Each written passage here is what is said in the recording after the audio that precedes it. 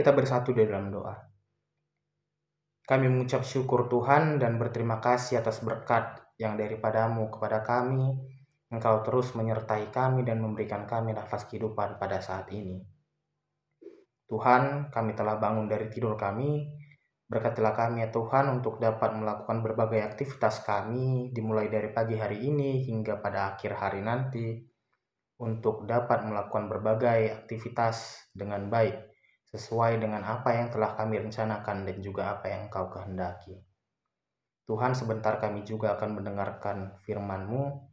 Berkatilah ya Tuhan agar kami dapat memahami serta mau untuk melaksanakan dan mengimplementasikannya ke dalam kehidupan kami, sehingga kami tidak sekedar menjadi jemaat yang hanya mendengar tetapi juga melaksanakan apa yang Engkau ajarkan kepada kami.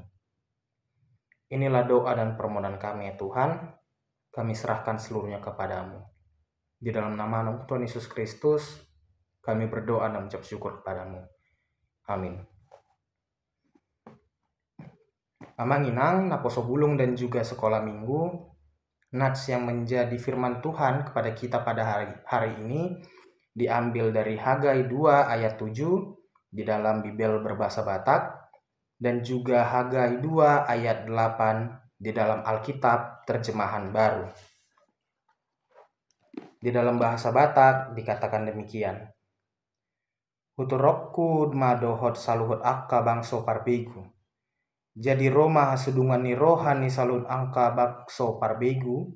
Jalagu hakku majuroon hamuliaon. Ninna jahubazebaut.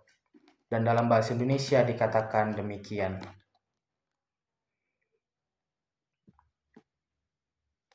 Aku akan menggoncangkan segala bangsa, sehingga barang yang indah-indah kepunyaan segala bangsa datang mengalir. Maka aku akan memenuhi rumah ini dengan kemegahan.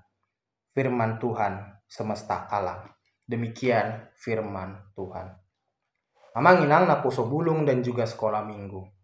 Tentunya sebagai seorang manusia, kita memiliki kebutuhan.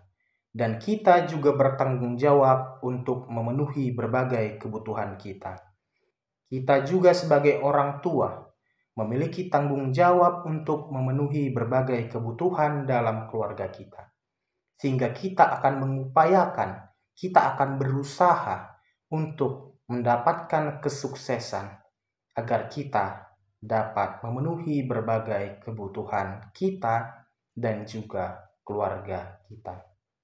Tetapi amanginang, kita sering kali lupa ketika kita sudah sukses, ketika kita sudah berhasil, kita lupa bahwa sumber dari keberhasilan itu bukan hanya diri kita sendiri, tetapi semua itu bersumber daripada Tuhan.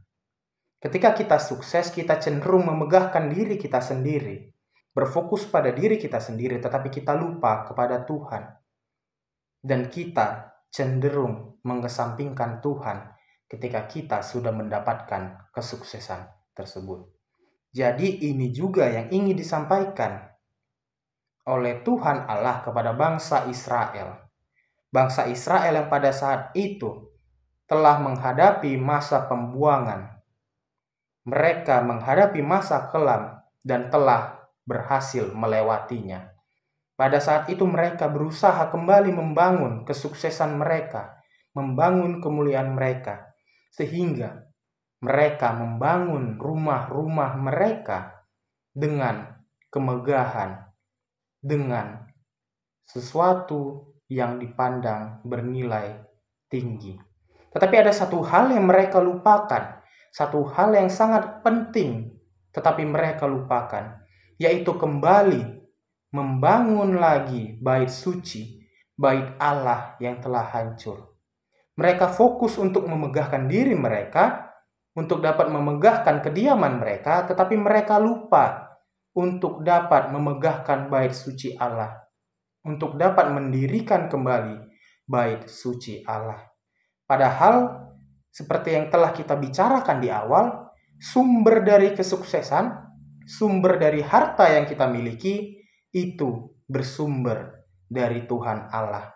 Tetapi mengapa bangsa Israel justru tidak peduli dengan baik Allah dan hanya berfokus pada diri sendiri. Sehingga Tuhan mengatakan dalam nats kita pada hari ini bahwa Ia akan menyalurkan seluruh kemegahan-kemegahan yang dimiliki bangsa-bangsa itu disalurkan ke rumah Allah, disalurkan kepada bait Allah, bait suci Allah, sehingga bait Allah mendapatkan kemegahan. Dan Tuhan dapat berkehendak atas itu, karena sumber kemegahan yang mereka miliki itu adalah bersumber dari Tuhan. Dan di ayat 8 juga dikatakan bahwa Tuhan yang punya emas, Tuhan juga yang punya perak. Artinya, emas dan perak yang disimbolkan sebagai kekayaan pada masa itu adalah kepunyaan Tuhan.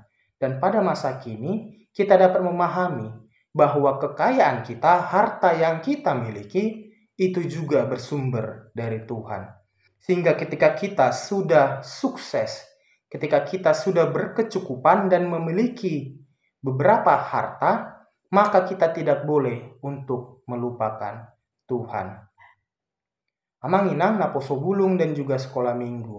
Mungkin ada satu kebiasaan buruk dari diri kita, terutama orang-orang Batak.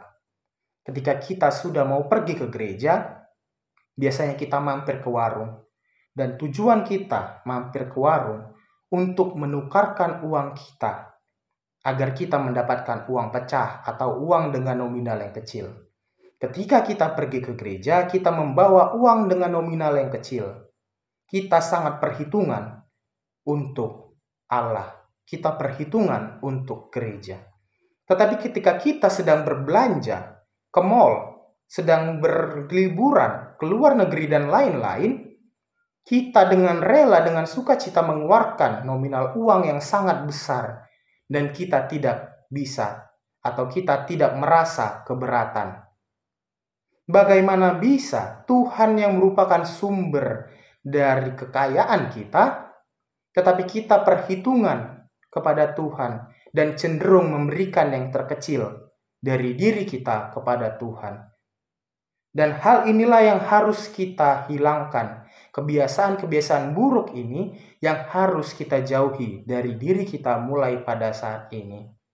Ketika kita datang ke gereja, kita tidak lagi perhitungan, tidak lagi mencari nominal yang paling kecil, tetapi mari kita sesuaikan dengan kesanggupan dan juga keikhlasan dari hati kita masing-masing. Selain memberikan kepada gereja, kita juga dapat melihat orang-orang di sekitar kita. Ketika kita sudah mampu untuk mencukupi kebutuhan kita, tetapi ada orang lain yang mungkin belum dapat memenuhi kebutuhan hidupnya, kita bisa menolong mereka. Kita dapat peduli kepada mereka yang belum atau membutuhkan pertolongan. Sehingga berkat yang kita dapatkan dari Tuhan tersebut dapat kita bagikan, dapat kita sharing kepada orang-orang yang membutuhkan. Sehingga kita tidak hanya memegahkan diri kita, tetapi kita dapat memegahkan nama Tuhan dan juga dapat menolong sesama kita yang membutuhkan pertolongan. Amin. Kasih karunia dari Tuhan Yesus Kristus serta kasih setia Allah Bapa dan persekutuan Roh Kudus memberkati dan menyertai kamu sekalian hari ini, esok, dan sampai selama-lamanya. Amin.